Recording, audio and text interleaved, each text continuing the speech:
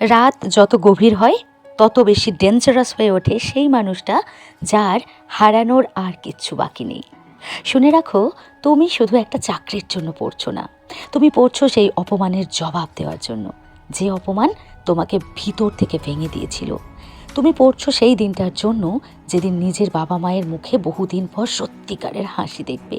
তুমি পড়ছো কারণ তুমি জানো এই সমাজ গরিবের কষ্ট বোঝে না, বেকারের ডিপ্রেশন বোঝে না, শুধু রেজাল্ট বোঝে। Welcome back to my channel success lover. বর্তমানে আমি একটা প্রাইভেট স্কুলের টিচার, এছাড়াও আমার কিছু প্রাইভেট টিউশন আছে। এত কিছুর পরেও বর্তমানের পরিস্থিতিতে নতুন পরীক্ষার আবহ আমরা সবাই বুঝতে পারছি। তাই আমার মনে হয় আর সময় নষ্ট না করে আমাদের সবার আবার কোমর বেঁধে আদা জল খেয়ে লেগে পড়া উচিত। ইমোশনালি উইক হওয়ার লাক্সারি আমাদের কিন্তু আর নেই। হয়তো আমার মতো আজ তুমিও প্রাইভেটে চাকরি করছো, সারাদিন স্কুল অফিস টিউশন সংসার সামলে রাতে ক্লান্ত শরীর নিয়ে বই খুলছো, চোখ জ্বলছে, মাথা ধরছে, ঘুম পাচ্ছে, কখনো মনে হচ্ছে আর পারছি না। কিন্তু ঠিক এখানেই গেম চেঞ্জ হয়, কারণ অর্ডিনারি মানুষ ক্লান্ত হলে থেমে যায়, আর ডেঞ্জারাস মানুষ ক্লান্ত হলেও কন্টিনিউ করে। Because pain is temporary, regret is forever. আজ যদি তুমি হেরে যাও নিজের অলসতার কাছে, আগামী 10 বছর নিজের আয়নার দিকে নিজেকে দেখতে কষ্ট হবে। কিন্তু আজ যদি দাঁতে দাঁত চেপে সার্ভাইভ করে যাও, তাহলে একদিন তোমার সাকসেস এত জোরে চিৎকার করবে যে পুরনো সব অপমান চাপা পড়ে যাবে। শোনো শোনো, তোমাকে মোটিভেট করার জন্য কেউ আসবে না, কেউ আসবে না, কেউ তোমার ঘুম ভাঙাবে না, কেউ তোমার হয়ে সিলেবাস শেষ করবে না। In the end it's you versus you. তোমার ভিতরে লেজি ভার্সনের সাথে তোমার ফিউচারের সাকসেসফুল ভার্সনের যুদ্ধ চলছে। আর এই যুদ্ধে সিম্প্যাথি নয়, ডিসিপ্লিন জেতে। তাই সোশ্যাল মিডিয়া কমিয়ে দাও, অকারণ কম্প্যারিজন বন্ধ করে দাও, আর নিজের লাইফ নিয়ে নিজের কান্নাও বন্ধ করো। Because nobody is coming to save you, you have to save your self.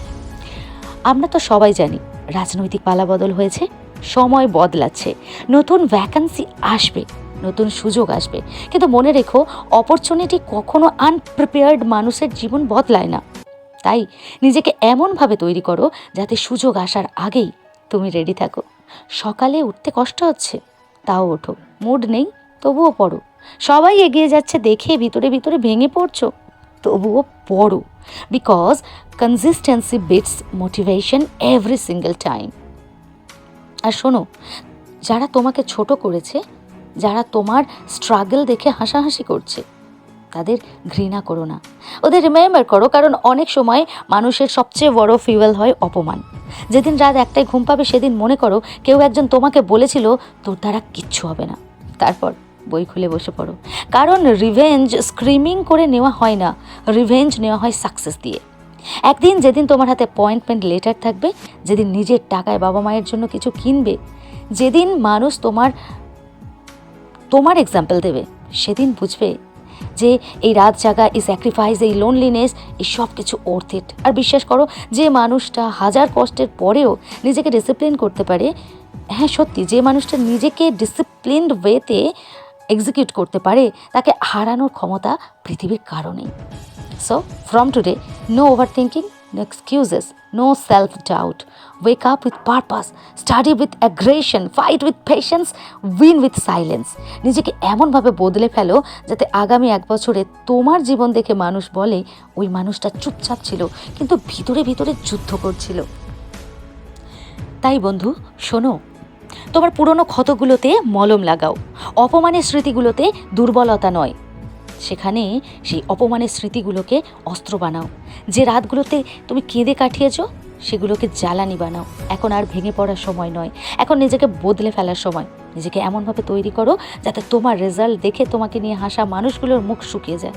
ডিসিপ্লিনকে এমন পর্যায়ে নিয়ে যাও যেখানে অ্যালার্ম বাজার আগেই তোমার লক্ষ্য তোমাকে জাগিয়ে দেয়। মোবাইল স্ক্রল নয়, নোট স্ক্রল করো। অজুহাত নয়, মক টেস্ট দাও। অভিযোগ নয়, রিভিশন করো। কারণ এই পৃথিবী কান্নার গল্প মনে রাখে না, পৃথিবী মনে রাখে কিভাবে তুমি হার মেনে ফিরে এসেছিলে। Thanks for watching. B with me. Don't forget to like, share and subscribe.